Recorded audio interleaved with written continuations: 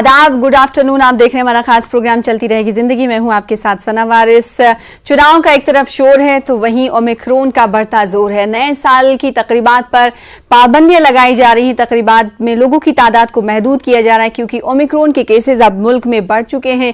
578 cases आज हो चुके हैं और सबसे ज्यादा 2 मकामात पर केसेस मंजर आम पर आ रहे थे, जिसमें महाराष्ट्र और दिल्ली था। लेकिन अब महाराष्ट्र को भी दिल्ली ने पीछे छोड़ दिया है। तकरीबन 142 ओमिक्रॉन के केसेस दिल्ली में सामने आ चुके हैं। इस हवाले से दिल्ली गवर्नमेंट ये कह चुकी है कि उन्होंने पूरी तैयारियां कर ली हैं। लेकिन हमें इस बात को भी याद रखना होगा कि दिल्ली में कई ऐसे रेजिडेंट डॉक्टर्स हैं, कई हॉस्पिटल्स के वो हड़ताल पर भी चल रहे हैं। तो ऐसे में अगर ओमिक्रॉन के केसेस बढ़ेंगे, खुदा न खास्ता आगे, तो किस तरह की तैयारियां और हड़ताल की वजह से लोगों को मुश्किलात पेश आ सकती है, इसका अंदाजा लगाया जा सकता है। लेकिन सरकारी तौर पर अगर बात करें तो सरकार कई तरह की पाबंदियों का ऐलान भी कर चुकी है और मरकज ने यानी सेंट्रल गवर्नमेंट ने रियासती सरकारों को कहा है, स्टेट्स को कहा है कि वो अपने अपने अकॉर्डिंग फैसले लें। यानी अगर उनको तकरीबात पर, न्यू ईयर की तकरीबात पर अगर रोक लगानी है या महदूद करना है लोगों की तादाद, तो आप अपने हिसाब से करें। लिहाजा कई रियासतों में हमने देखा है कि नाइट कर्फ्यू का निफाज हो चुका है। तो कई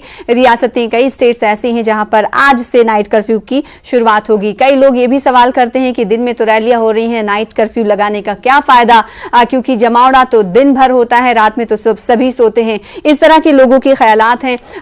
डॉक्टर्स इस पर क्या कह रहे हैं, वही एक बात यहां पर यह भी बहुत जरूरी हो जाती है बतानी आप नाजरीन को, क्योंकि इससे पहले हम ये जानते हैं कि अदालत ने, कोर्ट ने ईसी से और वजीर आजम नरेंद्र मोदी से अपील की थी कि ओमिक्रॉन का दायरा लगातार बढ़ता जा रहा है, लिहाजा चुनाव को कैंसिल किया जाए या मुलतवी किया जाए, 2 से 3 महीने तक इसे टाल दिया जाए। जिस पर आज की बात करें तो आज ईसी और हेल्थ सेक्रेटरी के साथ मीटिंग हुई है। मीटिंग में यह फैसला लिया गया है कि जिन जिन रियासतों में इलेक्शंस होने वाले हैं उन रियासतों में बढ़ते ओमिक्रॉन के आंकड़े हेल्थ सेक्रेटरी के सामने, इलेक्शन कमीशन के सामने हेल्थ सेक्रेटरी पेश करें। आइंदा मीटिंग 5 जनवरी को होने वाली है, लिहाजा देखना होगा कि इस हवाले से क्या कुछ फैसला लिया जाता है। आज 2 खास हमारे दरमियान मेहमान होंगे अब से कुछ देर बाद। सबसे पहले मेहमानों का तारुफ कराएं, उससे पहले हम नाज़रीन से रिक्वेस्ट कर सकते हैं कि आप हमारे साथ भी जुड़ सकते हैं। आपसे कुछ देर बाद टीवी स्क्रीन पर नंबरात फ्लैश होंगे, उन नंबरात के जरिए हमारे साथ आप जुड़ सकते हैं। चलिए प्रोग्राम की शुरुआत करते हैं और 2 खास मेहमानों से आपका तारुफ कराते हैं। हमारे दरमियान डॉक्टर शरद वाजपेयी साहब सीनियर आई स्पेशलिस्ट हैं, आपका इस्तकबाल करते हैं। आपसे कुछ देर बाद आप उन्हें टीवी स्क्रीन पर देख पाएंगे। एक और खास मेहमान हमारे दरमियान होंगे डॉक्टर मोहसिन वली साहब, जिन्हें आप हमेशा इस प्रोग्राम में सुनते हैं और उनके मशवरे को मानते हैं। लिहाजा डॉक्टर्स जो मशवरा देते हैं उन्हें आप सर तस्लीम खम, जिसे सर तस्लीम खम कहते हैं उर्दू में, कि आप सर झुकाकर उन्हें माने, यही आपके लिए एक सेहतमंद मशवरा होता है। डॉक्टर साहब के अपने होते हैं, इसीलिए ओमिक्रॉन के बढ़ते दायरे से किस हद तक हमें बचना है, एहतियात बरतना ये बहुत जरूरी हो जाता है। बहुत शुक्रिया आप दोनों का हमारे साथ जुड़ने के लिए। मोहसिन वली साहब इस्तकबाल आपका, और साथ ही साथ शरद साहब आपका भी बहुत इस्तकबाल इस खास पेशकश चलती रहेगी जिंदगी जिसका नाम है। और सबसे पहले मोहसिन वली साहब मैं आपसे शुरुआत करूं, चूंकि अभी शायद आप तक आवाज मेरी नहीं पहुंच पा रही। डॉक्टर शरद साहब के पास चलते हैं इस सवाल के साथ जो मोहसिन वली साहब से मैं पूछने वाली थी। डॉक्टर शरद साहब, इस वक्त जो है इलेक्शन कमीशन और कुछ देर पहले हेल्थ सेक्रेटरी के साथ मीटिंग हुई है कि चुनाव हो या ना हो। इस पॉइंट पर अब लोग पहुंच चुके हैं, खासकर सरकारी इदारे, की बातचीत किया जाए कि इलेक्शंस को मुलतवी करना है, आगे बढ़ाना या नहीं। इस कदम को आप कैसे देखते हैं? देखिए, निश्चित रूप से हम देख रहे हैं कि ओमिक्रॉन इंडिया में एंटर कर चुका है और केसेस भी बढ़ते जा रहे हैं। तो ऐसी स्थिति में ये समझना बहुत आवश्यक है कि निश्चित रूप से जब अभी इलेक्शंस की रैलीज होंगी, सब कार्यक्रम होंगे, तो उसमें इस तरह के रिस्क होंगे कि कोई ये इस तरह का वायरस का जो कि म्यूटेट होकर के आया है और आगे इससे कोई समस्याएं ना क्रिएट हो। जैसे कि हम सेकेंड वेव में देख चुके हैं कि बहुत ही पैनिक हो रहा और कितनी मॉर्टेलिटीज हुई, कितना फैटल रहा। लेकिन कुछ बातें अभी तक जितना भी आया है, क्योंकि ये अभी 1 महीने पहले इस वेरिएंट का डिटेक्शन हुआ है और WHO ने 24 नवंबर को उसको डिक्लेयर किया कि जो है ये वेरिएंट ऑफ कंसर्न ओमिक्रॉन आया है म्यूटेट होकर के कोविड-19 से। तो अभी इसका 1 महीना हुआ है, अभी इसकी पूरी स्टडी नहीं भी आई है। और ये जो वायरस है, ये वायरस एक्चुअली आया साउथ अफ्रीका से है, और ये वायरस जो कि नेचुरली वहां से जो इंटरनेशनल ट्रैवलर्स हैं उनके थ्रू आया है, और इसीलिए ये दिल्ली है या महाराष्ट्र है या केरल है जहां पर कि इंटरनेशनल ट्रैवलर्स आते हैं, वहां पर इस तरह के वायरस के जो है वो काफी पॉसिबिलिटी हो रही है एंट्री की। और आप जैसे अभी आपने बताया कि 500 के ऊपर केसेस क्रॉस कर चुके हैं, और इस वायरस को डिटेक्ट करने के लिए जो जीनोम सीक्वेंसिंग भी हो रही है, लेकिन इंडिया में अभी लिमिटेड लैब्स है, 38 लैब्स हैं, और इस वायरस को हर जगह डिटेक्ट नहीं किया जाता। लेकिन जितने भी हमारे इंटरनेशनल ट्रैवलर्स आ रहे हैं उनको ट्रेस आउट करना बहुत जरूरी है कि वो आ रहे हैं, जो इंटरनेशनल ट्रैवलर्स हैं, और जो कि ऐसे 106 कंट्रीज है जहां पर कि ज्यादा कंट्रीज जहां डिटेक्ट हो चुका वायरस। तो इस वायरस का नेचर क्या होगा? वैसे अभी तक जितना सामने स्टडी आई है, देखा गया है कि ये थोड़ा सा वायरस जो है, जो पहले हमारा डेल्टा वायरस था, उसमें माइल्ड है, माइल्ड केसेस है इसमें सिम्टम्स तो एक्यूट बिल्कुल वायरल फीवर होता है, उसके तरह के सिम्टम्स आ रहे हैं, और उसमें सीवियर ग्रेड का फीवर होता है पेशेंट्स को, हाई 103-104 तक फीवर होता है पेशेंट्स को, और उनको जो है बहुत जॉइंट पेन होता है, टायर्डनेस होती है, कफ एंड कोल्ड होता है, इस तरह की समस्याएं होती हैं। तो अभी इसका पूरा नेचर नहीं मालूम कि कितना फैटल ये होगा, पर चूंकि इसकी स्टडी पूरी अभी हमको नहीं मिली है, तो हमको चाहिए कि हमको सेकेंड वेव में क्योंकि हम इतना सेटबैक झेल चुके हैं, तो हमारे कंट्री में हम लोग को चाहिए पूरी तरह से हमारा जो हेल्थ सिस्टम है पूरी तरह प्रिपेयर्ड रहे, और ऐसी कोई भी मिस हैपनिंग ना हो जो कि हमारे आउट ऑफ कंट्रोल हो जाए। इसलिए हमें तैयार रहने की बहुत जरूरत है। डॉक्टर मोहसिन वली, मैं आपके पास आऊंगी। डॉक्टर शरद साहब, मैं आपके पास लौटूंगी। मोहसिन वली साहब, मैं आपके पास आऊं इसी सवाल के साथ कि तकरीबन 100 से ज्यादा कंट्री हैं जहां पर ओमिक्रॉन दस्तक दे चुका है, तमाम कंट्रीज, और अगर हिंदुस्तान की बात करेंगे तो स्टेट्स न्यू ईयर के हिसाब से पाबंदी कर रहे हैं तकरीबात पर, और उधर ये बात भी अब मौजूए बहस है कि इलेक्शन कराए जाएं या ना कराया जाए। अदालत भी इस हवाले से अपील कर चुका है। एक डॉक्टर होने के नाते आपका क्या कहना है, क्योंकि ओमिक्रॉन के केसेस लगातार बढ़ रहे हैं, पिछले 2 हफ्ते से हम देख रहे हैं कि टैली बढ़ती हुई जा रही है, अगर इलेक्शंस होते हैं तो हालात खराब हो सकते हैं, क्या मानते हैं आप? जी, अभी तो देखिए, मैं तो कुछ नहीं, छोटा सा इंसान हूँ। मैं प्रधानमंत्री जी ने कहा है अभी पिछली 1 दिन पहले रात को कि सावधानी रखनी है, एहतियात रखनी है, और इसी के तहत उन्होंने ये जो ऐलानात किए हैं बूस्टर डोज के, बच्चों में वैक्सीनेशन के, ये मुझे लगता है कि इस बात के लिए अच्छा माहौल पैदा करने के लिए किए गए हैं कि एल्डरली पॉपुलेशन को, फ्रंट लाइन वर्कर्स को और हमारे बच्चों को इससे एडिशनल प्रोटेक्शन मिले। और उन्होंने इसको सावधानी वाला डोज बताया है, प्रिकॉशनरी डोज बताया है, और उन्होंने आंकड़े भी दिए हैं कि हमारे पास बेड्स रेडी हैं, आईसीयूज रेडी हैं, ऑक्सीजन बेड्स रेडी हैं। इस सबको मिला जुला हम देखते हैं, मैं डॉक्टर साहब की बात से बिल्कुल एग्री करता हूं जो वो बता रहे थे कि हमारे पास अभी तक, पहले तो ये कहा जा रहा है कि 2 हफ्ते में पिक्चर साफ हो जाएगी साउथ अफ्रीका में जो हो रहा है उसकी, लेकिन अभी तक हमारे पास सॉलिड डाटा नहीं है। एक चीज बहुत अच्छी है हमारे पास सॉलिड डाटा, कि हमारे यहाँ मोर देन 70% लोगों को हर्ड इम्यूनिटी बन गई है। बच्चों में भी 70 से 78% बच्चों को हर्ड इम्यूनिटी बन गई है, और इसके जो हमारे डेल्टा के केसेस आए थे वो इतने शदीद थे कि उसने हमको एक फायदा भी दिया है। जाने तो ली है उसने लाखों की तादाद में, लेकिन एक फायदा भी दिया है कि वो हर्ड इम्यूनिटी हमारे अंदर बच्चों में, दोनों में डेवलप हो गई है। तो उस सिनेरियो को देखते हुए हम ये कह सकते हैं कि हमारे इंडिया में अभी इतना खतरा इसका नहीं है। हमको अभी डेल्टा वायरस से ही लड़ना है, लड़ते रहना है, और जो नए केसेस आ रहे हैं उसमें स्मार्टली रैपिड अवेलेबल अगर किट से हम यूज करेंगे तो जल्दी ही 3 से 4 घंटे में हमको ओमिक्रॉन का पता लग जाएगा, जिसका यूज भी अब शुरू हो जाएगा। लेकिन अभी हम लोगों को एहतियात ये रखनी है कि मास्क लगाना है, कोविड एप्रोप्रिएट बिहेवियर करना है, हैंड सैनिटाइजेशन करना है, और ये बात दोहराई है प्रधानमंत्री जी ने अपने भाषण में।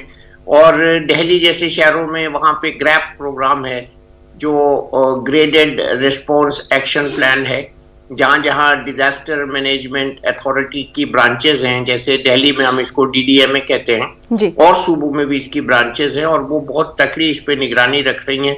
उनके यहाँ इसकी सीवियरिटी के 4 जोन्स होते हैं, yellow zone, amber zone, orange zone और रेड जोन। तो इस जोन का मतलब ये है कि ये इसकी ग्रेडिंग है कि इनकी पॉजिटिविटी रेट कैसी है, क्यूमुलेटिव पॉजिटिव न्यू केसेस कितने हैं, बेड्स हॉस्पिटल में कितने भरे हैं, उसके हिसाब से लेवल 1, लेवल 2, लेवल 3, लेवल 4 की प्रिकॉशन रखी जा रही है। तो अभी हमारा दिल्ली जो है वो अभी रेड जोन में नहीं आया है, अभी हम येलो और एम्बर जोन के बीच में हैं जी। लेकिन आपने जो मुद्दा उठाया है फेस्टिविटीज वाला, ये बहुत अहम हो जाता है।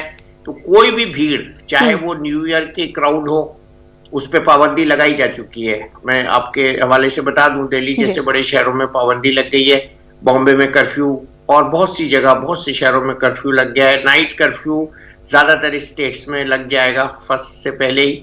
तो ये हमको रोका जा रहा है भीड़ इकट्ठा करने से। जो लोगों के जानने की चीज है वो ये है कि ऐसे माहौल में जब नया वायरस हमारे बीच में है और जिसके बारे में हम ज्यादा नहीं जानते हैं, वर्ल्ड का डेटा इंडिया से डिफरेंट होगा, डेफिनेटली डिफरेंट होगा, और उस पर के हिसाब से हम कुछ नहीं कर सकते। हमें अपनी हिफाजत खुद करनी है। और ये ओमिक्रॉन कब खतरनाक हो जाएगा इसका भी नहीं पता है जी। बिल्कुल, क्योंकि ये बात भी कही गई कि भले ही ओमिक्रॉन वेरिएंट माइल्ड हो, लेकिन ये स्प्रेड बहुत होता है। तो ऐसे में शरद साहब, डॉक्टर शरद, आप इस पर क्या कहेंगे? बिल्कुल बिल्कुल। निश्चित रूप से मैं इस बात को मानूंगा कि जितना डेल्टा था ये स्प्रेड बहुत तेजी से होता है। हाँ, पर अपोजिट टू डेल्टा ये है कि इसकी फैटेलिटी या इसकी मॉर्टेलिटी इस तरह जो अभी जो डाटा आया उसमें नहीं है, तो ये एक अच्छी बात भी। हाँ, ये कि उसके कई गुना ज्यादा उसे तेजी से बढ़ता है। तो इसीलिए जो हमारे गवर्नमेंट सारी इसके लिए हम जो पुराने, हमको ये मान के चलना होगा, जो पुरानी चीजों को हम जो फॉलो कर रहे थे सेकंड वेव में, कि हमको मास्क लगाना, सोशल डिस्टेंसिंग में मूव करना है, हमें हमेशा हाथों को सैनिटाइज करना, वॉश करना हाथों को बार बार जाकर के, या अपने जो रूम्स हैं उनको वेंटिलेटेड रखना है, और सारे हवादार कमरे होने चाहिए जिससे कि लोग आए मूव करें तो कहीं ऐसा जहां पर क्राउड हो, जहां पर लोग हो, वहां से दूर रहना है। जो पुराने हमारे सारी चीजें जो प्रिकॉशंस थे, जो हम कहीं धीमे धीमे उनको भूलने लगे थे, उसको फिर से यहाँ पर लोगों को ये बताने की जरूरत नहीं कि आपको किस तरह एहतियात बरतने की जरूरत है, क्योंकि सब वाकिफ हैं। जब नया नया कोरोना आया था तो उसके बाद अब सभी के टिप पर है, और बच्चे भी ये जानते हैं कि कोरोना है, लिहाजा बड़ों को बच्चा बनने की जरूरत नहीं है। बच्चे आजकल वाकिफ हो गए हैं, लिहाजा आप बड़े बच्चे मत बनिए, अपना एहतियात रखिए, अपने घर वालों का एहतियात रखें।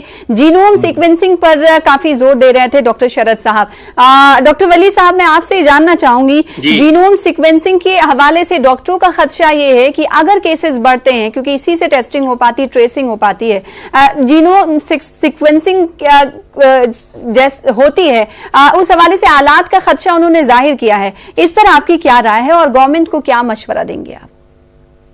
देखिए, मेरा मशवरा ऑलरेडी गवर्नमेंट के पास है, और गवर्नमेंट के पास ऐसी किट है जो 300 रुपए जिसकी कॉस्ट करती है, जो अल्ट्रा रैपिड किट है, और जिससे हम स्पॉट कर सकते हैं कि कोविड के साथ दूसरी जीनोम सीक्वेंसेस एस, इसमें एक टेस्ट होता है, एस मिसिंग है तो हम उसको पता लगा सकते हैं, और ये ICMR से अप्रूव्ड है, NABL से अप्रूव्ड है ये किट, और ये किट बहुत जल्दी यूज होने लगेगी, मुझे उम्मीद है, और कहीं कहीं यूज हुई भी है ये। तो ये इसका नतीजा भी 3 घंटे के अंदर आ जाता है। तो जैसे मैंने अभी कहा ना, smart testing for genome sequencing, ये इससे हो जाएगा, और इसकी पॉजिटिविटी का भी पता लग जाएगा, और हम केसेस को आइसोलेट कर पाएंगे। हमारा इस वक्त मेन जो जोर है वो उन केसेस को आइसोलेट करने का है जो या तो बाहर से ट्रेवल करके आ रहे हैं या वो कोविड पॉजिटिव हैं। उनको हम ऐसी जगह आइसोलेट करके फिर सेग्रीगेट करते हैं कि उसमें से हम ओमिक्रॉन टेस्ट को करके वो निकालते हैं। तो इसकी रैपिड किट है हमारे पास, और इसकी रैपिड किट जो है जल्दी नतीजा देती है, इसलिए कोई घबराने की बात नहीं है। और जहां जहां भी ये प्रिकॉशन ली जा रही है वहां सक्सेसफुली हमने ओमिक्रॉन को आइसोलेट किया, और 50% से ज्यादा केसेस ठीक होकर घर जा चुके हैं। और अभी तक मेरे नॉलेज में नहीं है कि कोई भी ओमिक्रॉन से डेथ इंडिया में रिपोर्ट हुई हो जो खाली ओमिक्रॉन की वजह से हुई हो, क्योंकि ऐसे डॉक्टर शरद ने कहा कि हमारा ये जो नया म्यूटेंट है ये कम घातक है, कम डैमेजिंग है, कम डेथ्स करता है, कम हॉस्पिटलाइजेशन करता है, कम ICU एडमिशंस करता है। और साउथ अफ्रीका में ऑलरेडी ये इसकी वेव खत्म होने जा रही है, ओमिक्रॉन वहां खत्म हो रहा है, तो ये अच्छी बात मैं बता रहा हूँ आपके चैनल से। लेकिन इसका मतलब ये नहीं है कि हम जो डेल्टा वायरस अभी मौजूद है उसकी लापरवाही करें, उसकी तरफ से हम लापरवाही करें।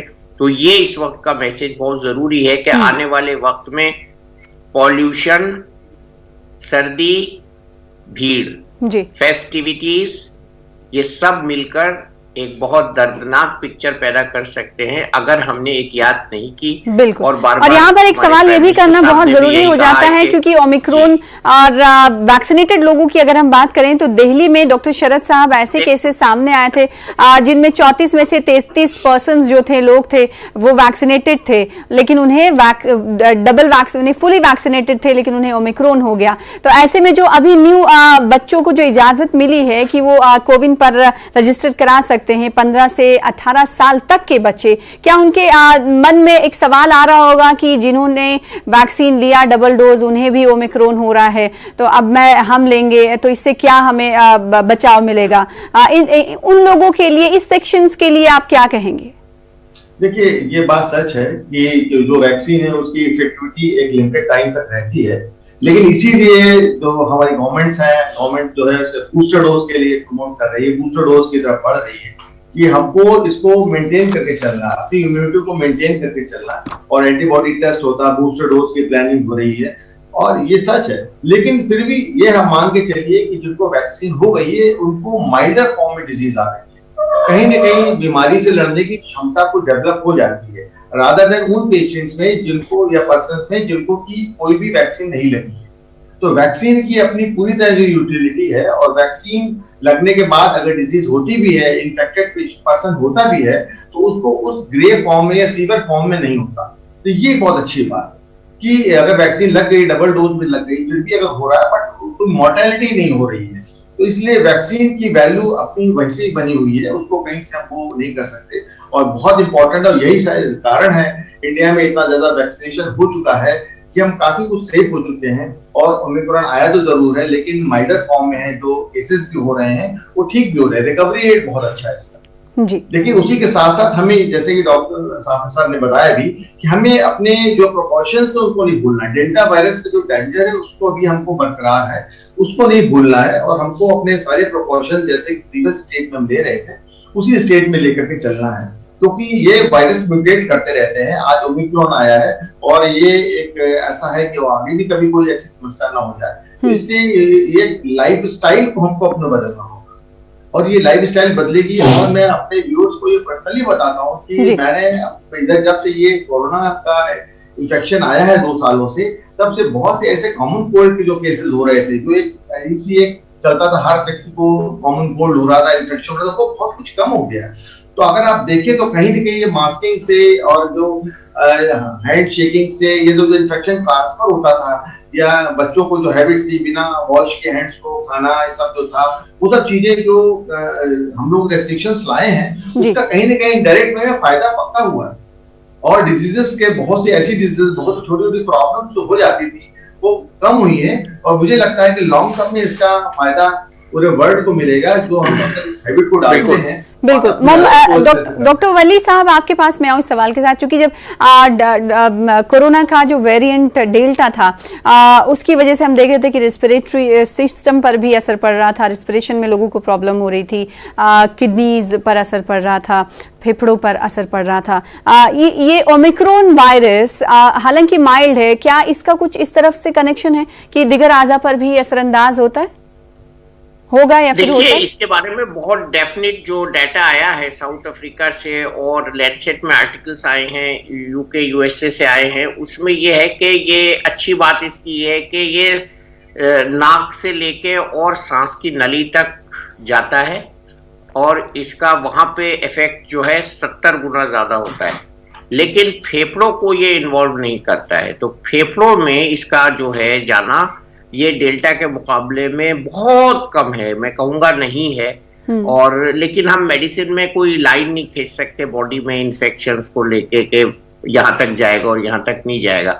जो मोर्टेलिटी कम है इसकी, जो निमोनिया के केसेस इसमें कम मिल रहे हैं, सीटी स्कैन कराने की जरूरत नहीं पड़ रही है, जो ज्यादा इसमें टॉक्सिक सिम्टम्स नहीं मिल रहे हैं, सबसे बड़ा इसका सिम्टम है थकान, और निमोनिया इसमें नहीं मिल रहा है देखने को। और जो रेस्पिरेटरी सिस्टम में लंग्स हैं वो सबसे ज्यादा इन्वॉल्व होते हैं, तो ऑक्सीजन की जरूरत पड़ती है।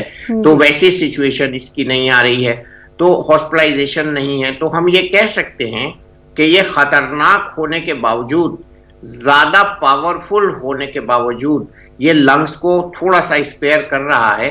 तो अभी इसका जो म्यूटेंट है, जो प्रेजेंट म्यूटेंट है, उसमें ये चीज देखी गई है।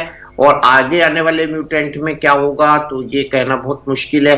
तो ये एक उम्मीद की किरण के तौर पे मैं कह रहा हूँ आपके सवाल के जवाब में। आपका सवाल बिल्कुल ब्रिलियंट क्वेश्चन है, बहुत ही इंटेलिजेंट क्वेश्चन है। तो हम यही करेंगे इसमें कि हम अभी एहतियात करेंगे, और जैसे ही किसी को कोई भी सिम्टम हो जो ट्रैवल करके नहीं आया है, वो फौरन डॉक्टर के पास जाए और अपना चेकअप कराए।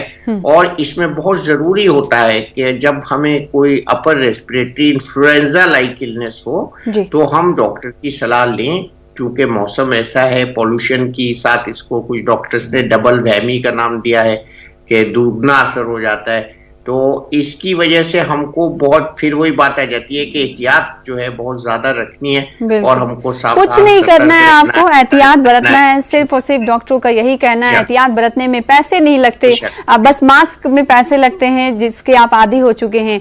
लेकिन बहुत सारे लोग आदी होने के बाद भी भूलते हुए जा रहे हैं, तो इसे भूलिए मत। न्यूज़ 18 उर्दू एक बार फिर से अपील कर रहा है, 2 माहिर डॉक्टर हमारे दरमियान मौजूद है, वो भी आपसे अपील कर रहे हैं, रिक्वेस्ट कर रहे हैं, आपकी सेहत की फिक्र है हमें, लिहाजा हम ये प्रोग्राम लेकर आते हैं ताकि आपको बताया जा सके कि ओमिक्रॉन और नए नए जो वेरिएंट्स आ रहे हैं वो कितने खतरनाक है और आपकी जिंदगी को कैसे बचाया जा सकता है। बेहद शुक्रिया अदा करना चाहेंगे आप दोनों खास मेहमानों का। प्रोग्राम चलती रहेगी जिंदगी में शामिल होने के लिए, लेकिन उससे पहले कई कॉलर्स भी हमारे दरमियान जुड़ते हैं, उन्हें अपने प्रोग्राम में शामिल करें। उससे पहले एक और सवाल मैं आपसे पूछना चाहूंगी डॉक्टर शरद साहब, क्या जैसे हमने देखा था कि डेल्टा का सेकेंड वेव जब आया था तो डेल्टा ने कहर मचाया था, उस वक्त दिगर बीमारियों में भी लोग मुब्तला हो रहे थे। कानपुर के हालात आप क्या कुछ बताना चाहेंगे कि कानपुर में ओमिक्रॉन ने दस्तक दी है, अगर है तो कितने मामले हैं, क्योंकि यूपी में तो पहुंच चुका है।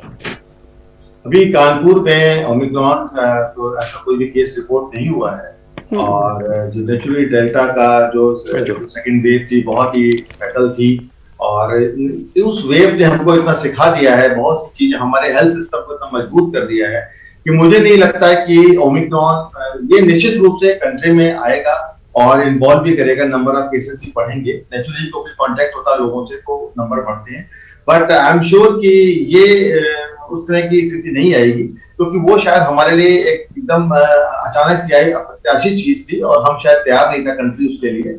बट इस समय कंट्री पूरी तरह से किसी भी तरह के ऐसे म्यूटेंट किसी वायरस से फाइट करने के लिए तैयार है, और पूरा हेल्थ सिस्टम बहुत मजबूत हो चुका है, हमको एक सीख मिल चुकी है। तो मुझे नहीं लगता निश्चित रूप से आएगा और इफेक्ट भी करेगा, लेकिन एक तो पब्लिक भी तैयार है, पब्लिक भी उसके लिए अपने को इतना ज्यादा प्रिकॉशंस ले चुकी है। और तो यही अपील है कि आप प्रिकॉशंस लीजिए, एहतियात बरतिए। डॉक्टर वली साहब का भी कहना, जो कि दिल्ली से हमें ज्वाइन कर रहे हैं, डॉक्टर शरद साहब जो कि सीनियर आई स्पेशलिस्ट हैं, आप हमें कानपुर से ज्वाइन किए हुए हैं। बहुत शुक्रिया आप दोनों खास मेहमानों का हमारे साथ जुड़ने के लिए। प्रोग्राम चलती रहेगी जिंदगी में, मुझे दीजिए इजाजत, आदाब।